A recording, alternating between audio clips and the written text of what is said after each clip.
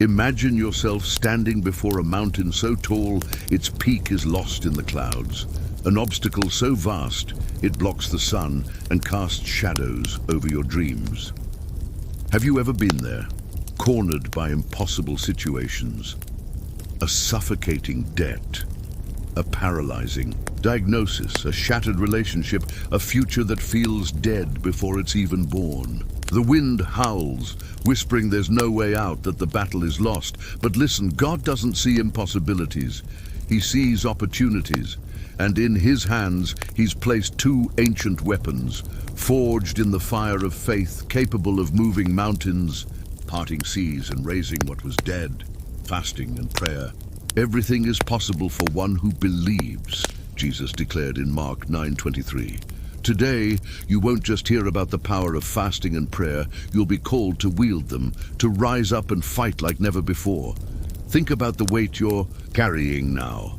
Perhaps it's the burden of uncertainty, the anguish of a closed door, or the echo of a voice telling you you'll never win. The enemy wants you to believe your human strength is all you have, that your struggle is yours alone. But the Bible shouts a different truth. When King Jehoshaphat faced unbeatable armies, he didn't rely on swords or strategies. He fasted, prayed, and cried out, "We have no power to face this vast army that is attacking us, but our eyes are on you." 2 Chronicles 20:12. And God responded not with a whisper, but with thunder. The battle is not yours, but God's. 2 Chronicles 20:15. Fasting and prayer aren't just rituals, they are the surrender that invites God's power onto the battlefield. What's impossible for you is the perfect stage for his miracle. Belief is where it all begins. Without it, fasting is just hunger and prayer mere words in the wind. Jesus said, if you have faith as small as a mustard seed, you can say to this mountain, "Move from here to there," and it will move. Matthew 17:20. But belief isn't a fleeting feeling. It's a fierce choice, a fire you light even when fear tries to extinguish it. Fasting awakens this faith, silencing the noise of the world, the food, the distractions, the comfort, so you can hear God's voice. When Daniel faced uncertainty in exile, he fasted for 21 days, seeking wisdom, and heaven opened. An angel was sent saying, from the first day that you set your heart to understand and to humble yourself before your God, your words were heard. Daniel 10:12. His belief, fueled by fasting and prayer, unlocked the impossible. What do you believe God can do with your mountain today? But fear is always lurking, isn't it? It creeps in like a snake, whispering that your situation is too big, that God is too far away, that you're not worthy. Fasting confronts that fear, stripping away its power. When you give up physical bread, you cling to the bread of life. Jesus, after fasting for 40 days in the desert, faced the devil face to face. Every temptation was hurled at him, but he responded with the word. Man shall not live on bread alone, but on every word that comes from the mouth of God. Matthew 4:4. Fasting isn't punishment, it's power. It's the discipline that tells fear, you don't control me. And prayer is the sword that cuts it down. In the face of your impossible, what is fear trying to steal from you? Rise up and take it back now. Clarity comes when you silence the chaos. The world screams, demanding your attention, notifications, deadlines, worries. But fasting clears the fog, and prayer aligns your heart with God's. Think of Esther facing the extermination of her people. Before appearing before the king, an act that could cost her life, she cried out, "Fast for me! Do not eat or drink for 3 days. Then I will go to the king." Esther 4:16. Amidst fasting and prayer, she found the clarity to act with courage. God revealed the way, and the impossible bowed. A people were saved. Your impossible situation isn't a dead end. It's an invitation to draw closer to God, to hear his strategy. Fasting sharpens your ears. Prayer opens your eyes. What direction is God whispering to you today? Vision then is the fire that fasting and prayer ignite. It's not just about surviving the storm, it's about seeing beyond it to the purpose God has written for you. When Elijah faced drought and idolatry, he prayed fervently and fasted from despair. In 1 Kings 18, he called upon God on Mount Carmel, and fire fell from heaven, proving that the Lord is God. His vision wasn't just to defeat the prophets of Baal, but to restore the faith of a nation. Fasting and prayer align your vision with God's, transforming the impossible into a testimony. What do you see beyond your obstacle? It's not just the solution, it's the glory of God shining through your victory. Close your eyes, visualize it now. Purpose is the why that beats in your chest. God didn't create you to be defeated, but to be a vessel of His power. Fasting and prayer unearth that purpose, stripping away layers of doubt and distraction.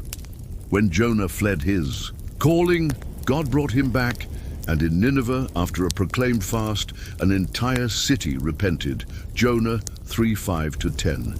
Your impossible isn't just about you, it's about the impact God wants to make through you. Fasting humbles your ego, prayer elevates your spirit. Perhaps your situation is the doorway to saving others, to leading, to inspiring. What purpose is God revealing in your struggle? Grasp it with the empty hands of fasting and a heart full of prayer. Discipline is the foundation that sustains it all. Fasting isn't easy. Prayer demands consistency, but it's in discipline that power flourishes. Jesus taught, "This kind can come out only by prayer and fasting," Matthew 17:21. He knew that impossible situations demand more than casual words or flimsy efforts. When you fast, you say no to the desires of the flesh and yes to God's will. When you pray, you build a habit that moves heaven. Think of Hannah, who prayed and fasted for years, crying out for a child. God answered with Samuel, who changed Israel's history. 1 Samuel 1:7-20. Your discipline in fasting and prayer is the key that unlocks the impossible. Start today. Choose a time, a purpose, and persist. Action. Then is the step that seals your faith. Fasting and prayer aren't passive, they prepare you to march. When Nehemiah faced the ruin of Jerusalem, he fasted and prayed, but then he rose to rebuild the walls. Nehemiah 1:4-17. God doesn't do everything for you. He does through you. Your impossible situation is waiting for your move. Maybe it's forgiving someone, taking a step of faith at work, or crying out for healing. Fasting strengthens your resolve. Prayer guides your feet. Don't wait for the miracle to fall from the sky. Rise up like Esther, like Nehemiah, and act in the power God has already placed in you. Gratitude is the hymn that echoes amidst the battle, even before the impossible bends. Give thanks in all circumstances, says 1 Thessalonians 5:18, because God is working even in the shadows. When Paul and Silas were imprisoned, chained in a cell, they prayed and sang praises. The result? An earthquake opened the prison doors. Acts 16:25-26. Fasting teaches you to value what truly matters.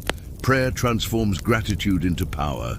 Give thanks now for the strength you're gaining, for the promise that God does not fail. Your gratitude is the spark that ignites the miracle. Adaptability keeps you steady when the path changes. Fasting and prayer don't guarantee everything will go as planned, but that God will guide you. When the disciples failed to free a possessed young man, Jesus taught them to fast and pray, adjusting their approach. Mark 9:29. Your impossible situation might require patience, a new strategy, or a humbler heart. Adapt, but never give up. God is molding you in the fire of trial.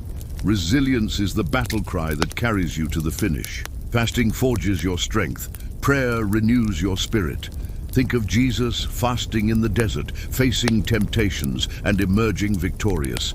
Your impossible situation is your desert, but also your field of victory. Submit yourselves then to God. Resist the devil and he will flee from you. James 4:7. Rise up even if exhausted. Continue even if wounded. The power is in your persistence, and in learning you grow. Every fast, every prayer is a lesson. When Elijah prayed for rain after years of drought, he knelt 7 times, learning to trust God's timing. 1 Kings 18:42-45. Your impossible situation is teaching you about trust, about courage, about God. Absorb it. Grow. Fasting and prayer don't just change your circumstance. They change you. Now stand up. The power of fasting and prayer isn't a theory. It's a living force.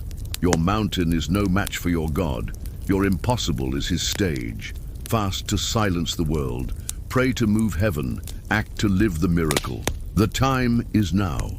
If my people who are called by my name will humble themselves and pray and seek my face and turn from their wicked ways, then I will hear from heaven. 2 Chronicles 7:14. Start today.